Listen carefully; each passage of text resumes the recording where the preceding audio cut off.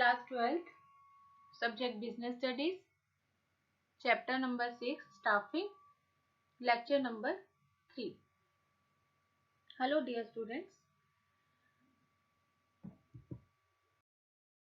In this lecture we will study about external sources of recruitment. In our last lecture we read about internal sources of recruitment. So let's start about external sources of recruitment. External sources of recruitment means that if the employees in the business organization are recruited from external sources, like so many sources are there, so these are called external sources of recruitment. Fine. So external sources of recruitment include direct recruitment, casual callers, advertising, employment exchanges, placement agencies, management consultants, campus recruitment, recommendation by existing employees, labor contractors, and web publishing. So let's start. First of all, direct recruitment. The unemployed persons may contact the employment section of various enterprises to ascertain if they can be casually employed. They are saying direct recruitment means that a notice is placed on the notice board of the enterprise specifying the details of the job available. So, unskilled or semi-skilled job seekers assemble outside the premises of the organization on the specified date and selection is done on the spot. Fine. Many firms follows the practice, as we may see here, of recruitment of factory gate to fill casual vacancies. So such workers are known as badli workers. Fine.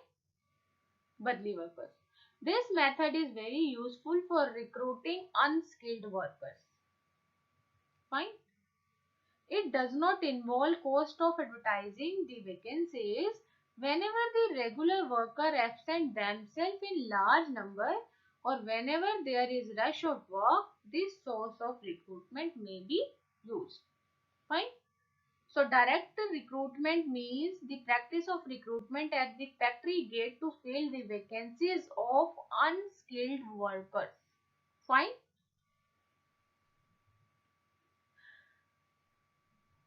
Such workers are called badli workers because they need payment. They get payment on daily wage basis. And it is suitable when there is rush of work, so much work in the organization, or some permanent workers are absent. Fine. Next one is casual callers. Casual callers see, in case of reputed organizations, many qualified people apply for employment on their own initiative. So such applicants are known as unsolicited applications or casual callers.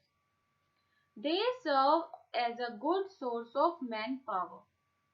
So a proper file may be kept of such applications and the candidates may be called whenever the need arises. So casual callers, we can say a list of job seekers is prepared and screened to fill the vacancies as they arise. From where? From the database of unsolicited applications kept in the office. Fine. Next one is advertising. Advertising a job has become the fashion of the day, with large companies, particularly when the vacancy is for a higher post or when there are a large number of vacancies. Fine. It is very much helpful when there are large number of vacancies or the organization need to fulfill the vacancy for a higher post. So this helps in approaching the candidates spread over the different parts of the country. Fine. So information about the job description and job specification can be given in advertisement so that only the candidates who think themselves suitable may apply. Fine. They are saying through advertisement, the information of the job are to be given along with description and specification and the qualities of the candidate to whom you want to appoint in your organization, so that the employees can apply themselves, and this method also increases the choice of management. Fine. So vacancies are advertised in newspaper, or we can say professional journals or TV as well, for the search of qualified and experienced personnel. Fine. Most of the senior position in the business are filled by advertising this method. So it gives the management a wider range of candidates. A lot of candidates are there when we show the advertisement about the vacancies in the organization, in the newspaper, or we can say professional journal or television. Fine. Fourth one is employment exchanges. Employment exchanges is a network of in the country of employment in the country which is run by the government, has also made it compulsory for the employers to fill some vacancies. Fine. Keep it in your mind that it is compulsory for the employers to fill some vacancies through the employment exchanges. Fine. So the employment exchanges play a vital role. So this helps to match personal demand, fine, and supply by serving as a link between job seekers and employers. They are suitable for skilled and unskilled operative jobs. Employment exchange are very much suitable for skilled and unskilled jobs. Fine, for both.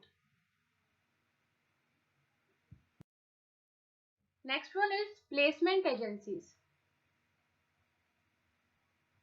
Placement agencies compile biodata of large number of candidates and recommend suitable names to their clients. They charge fee for their services. They can entice the need of the top executive from the other companies by making the right offer. See, you can see here professional bodies have come into existence which provide their services to the enterprises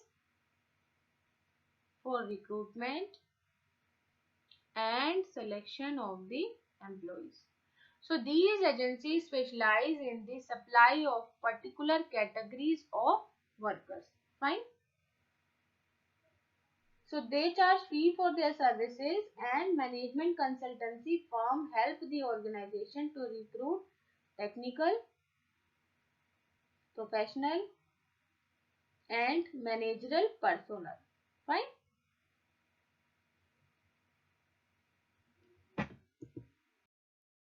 Sixth one is in external source. Sixth one is management consultant or headhunters. Management consultancy firms help the organization to recruit technical, professional and managerial personnel. So they specialize in middle level and top level executive placements. They maintain data bank of persons with different qualification and skills, and they are saying that management consultant firms organizing to recruit, there are so many employees technically, professionally and managerially qualified. So they specialize in middle level and top level executive placement. They maintain the data bank of person with different qualification, means they have various biodatas or CVs of different qualifications person and skills, and expertise the job on the behalf of their clients. To recruit right type of personnel. Fine. To recruit right type of candidate in the organization. Seventh one is campus recruitment. Colleges and institutes of management and technology have become a popular source of recruitment for technical, professional, and managerial jobs. So many big organizations maintain a close relation with the universities, vocational schools, and management institutes to recruit qualified personnel for various jobs. So recruitment from educational institution is well established practice of business and other organizations. Fine. This is also known as campus recruitment. Campus recruitment means basically recruitment from educational institutions like universities, vocational schools and management institutes to recruit qualified personnel for technical, professional and managerial jobs. Fine.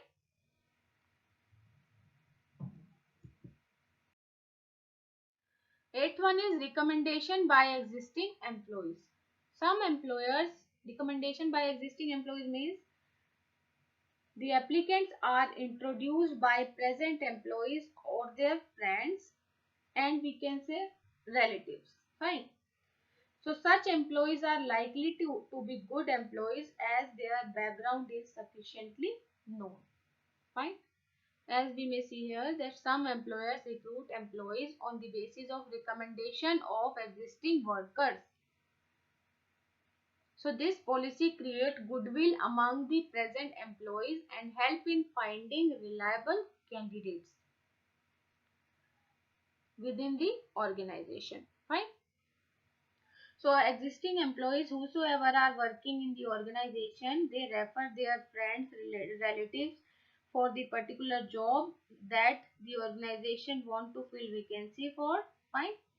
And they bring their candidates there in the organization and create goodwill among the present employees. Fine.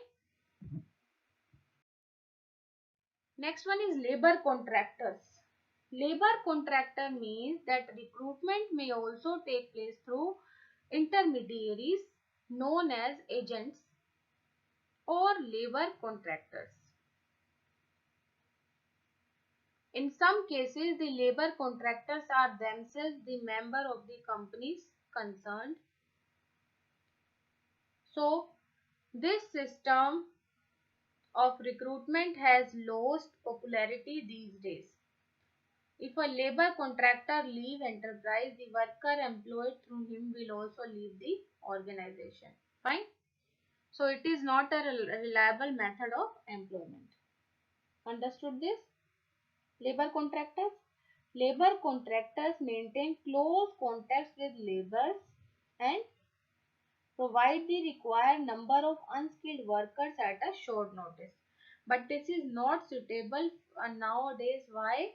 Because if the labor contractor leaves the organization, the employees the workers employed through him will also leave the organization.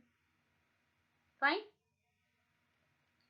So we can say that it is not a reliable method of employment.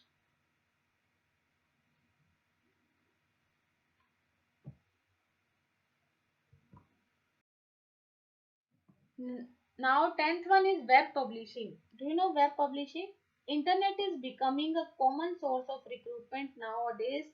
So these are certain websites specifically dedicated for the purpose of providing information about job seekers and job opening both. Fine. So in fact websites such as www.naukri.com, www.jobstreet.com, these are very commonly visited both by the prospective employees and the organization searching for suitable people. Fine. So web publishing means that telling the employees about the vacancies of the organization through internet, fine, through web, like websites, Naukri.com, Jobstreet.com, fine, all these things. So all these websites help the employee to get their job very soon, fast, and according to their choice as well.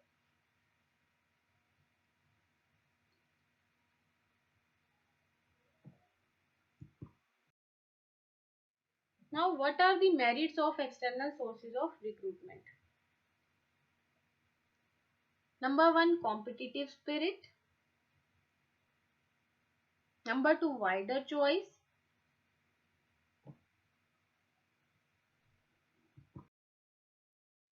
Number three, qualified personnel. And number four, fresh talent. Let's see.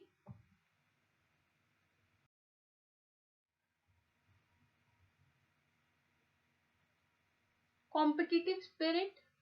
First of all, qualified personnel. By using external source of recruitment, the management can attract qualified and trained people to apply for the jobs in the organization.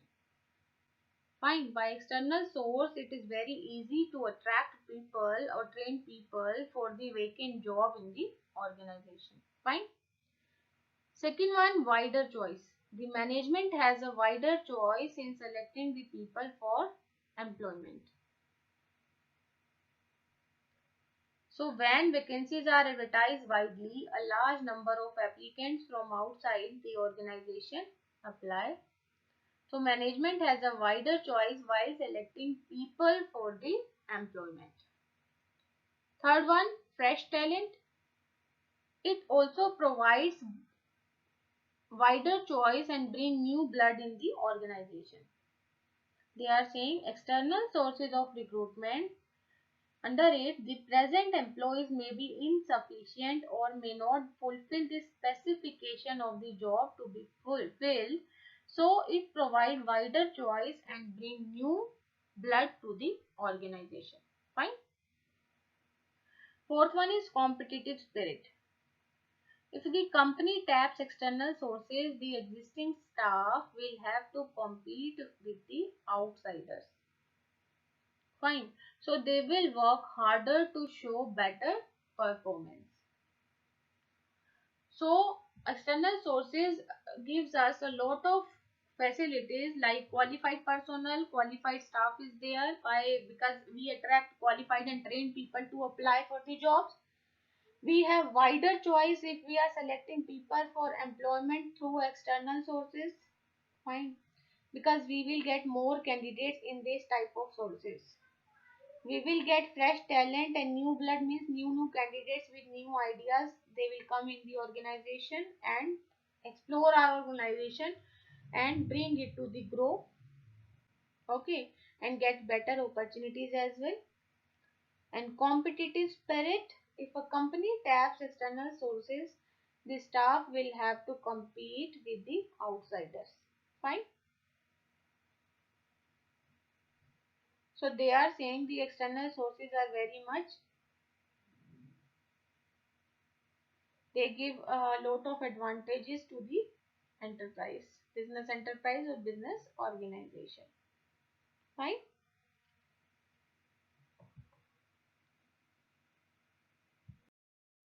Now, limitations of external sources of recruitment. What are the limitations of external sources of recruitment? Number one, costly process.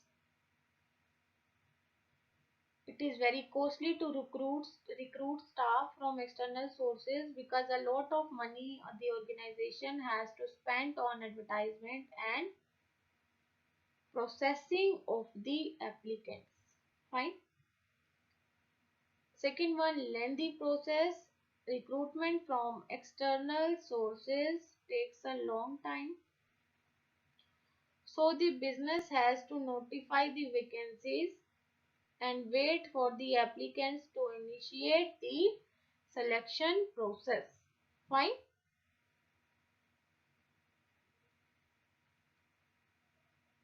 So it is a lengthy process.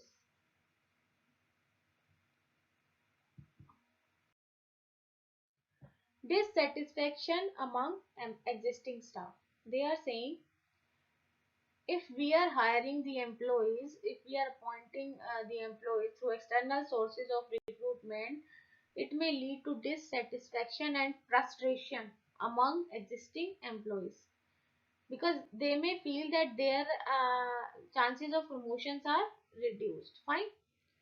So it also may lead to dissatisfaction and frustration among the existing staff who is working there in the organization. So they are connected to the organization, they are working hard, so there will be feeling of dissatisfaction among them that the employers and we can say organization is not thinking about them, so their promotion chances of their promotion are reduced. Fine. So dissatisfaction among existing employees means recruitment from outside may cause dissatisfaction among the employees. They may feel that their chances of promotions are reduced. Fine. Second one, costly process. A lot of money has to be spent on the advertisement. So it is a costly process because along with it, they have to wait. See, they a lot of money has to spend on processing of applications as well. Isn't it so? And third one is lengthy process.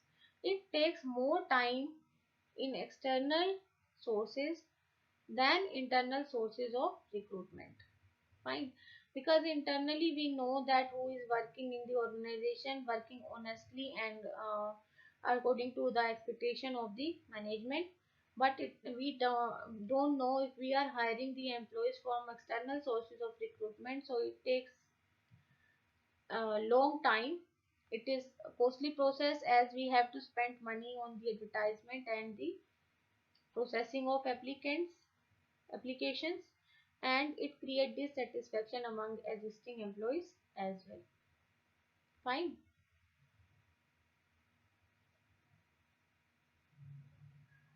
So if the external sources of recruitment has merits, it has limitations as well.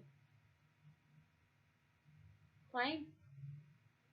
So we must know about the merits and limitations of external and internal sources as well, both so that we can get to know about pros and cons of both these sources.